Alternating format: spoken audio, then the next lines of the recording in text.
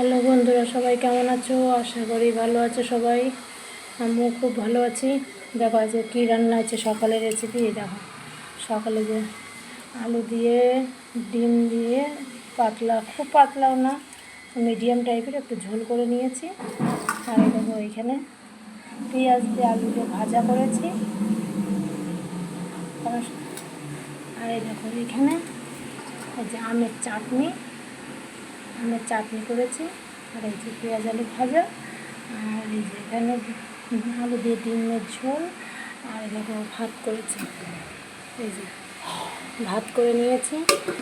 সেই সারাদিনের রান্নাটা একবারেই করে নিলাম। আর সেই রাতের বেলা আবার রান্না করব, এখন আর করব না।